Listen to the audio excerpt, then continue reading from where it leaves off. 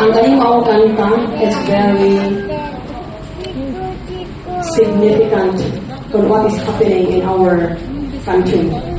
What is happening in your own family, in your own marriage, in your own kinatibukan, much more sa palibot komunidad o sa atong nasod ng Pilipinas. Ang Diyos nagpahinugtong kanato na dili lamang sa nag-ampo, ikaw o ako. You humble yourselves, you prayed. But there is something to do na atong pagabuhaton mga igsoon. And this is the content, message of the song that we are going to impart sa matag-usang sa Iglesia sa Dios dinhi aning maong lungsod siyudad sa Karkar. You know, we will humble ourselves, we do pray, but we have to seek the face of Jesus. Seek, pangitaon nato, ang dagway sa Ginoong Jesucristo. O turn back to our wicked ways. Daghang mga wickedness na atong nahimo at tumangan sa Diyos. That is why God is not going to answer the prayer. God, pagpalangan ng Ginoo sa pag-answer sa maong prayer. And this is found in the book of 2 Chronicles, chapter 7, verse 14. Ang pulong sa Ginoo na ingon. If my people, which are called by my name, shall humble themselves and pray, and seek my face, and turn from their wicked ways, then will I hear from heaven, and will forgive their sin, and will heal their land. God is going to heal kung sa may mga problema ninyo sa inyong kinabuhi, sa inyong atong panimuyo, pagka marriage life ninyo, adunay problem, adunay chaos, family, adunay problem, adunay chaos, much more komunidad, hangtod na sa ato nasod. Okay? So, ato kini nga patalingkugan ang maong mensahe sa awit. Yeah, God is going to heal if we have these four things. Turn back from our wicked ways.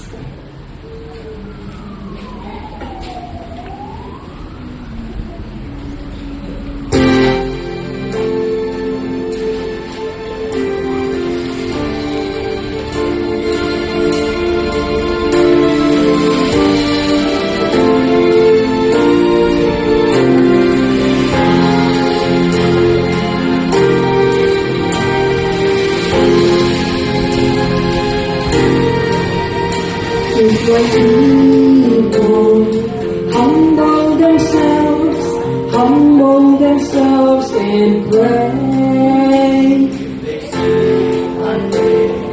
Humble themselves and turn from their wicked ways. I will hear from heaven and forgive their sins. I will hear from heaven and heal their land. Lord,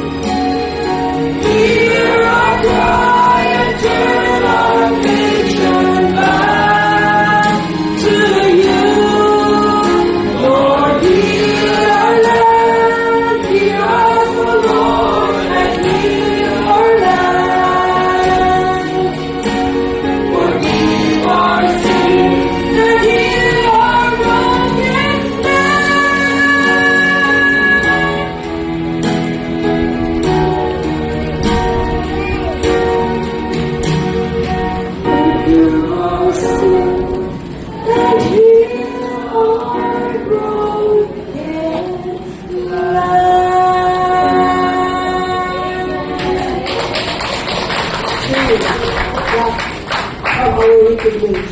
That is the only thing that God is going to heal our land. God is going to heal our marriage. God is going to heal the families and everything that is at the center of the Lord according to His word. Praise the Lord. Hallelujah. Amen. Salamat.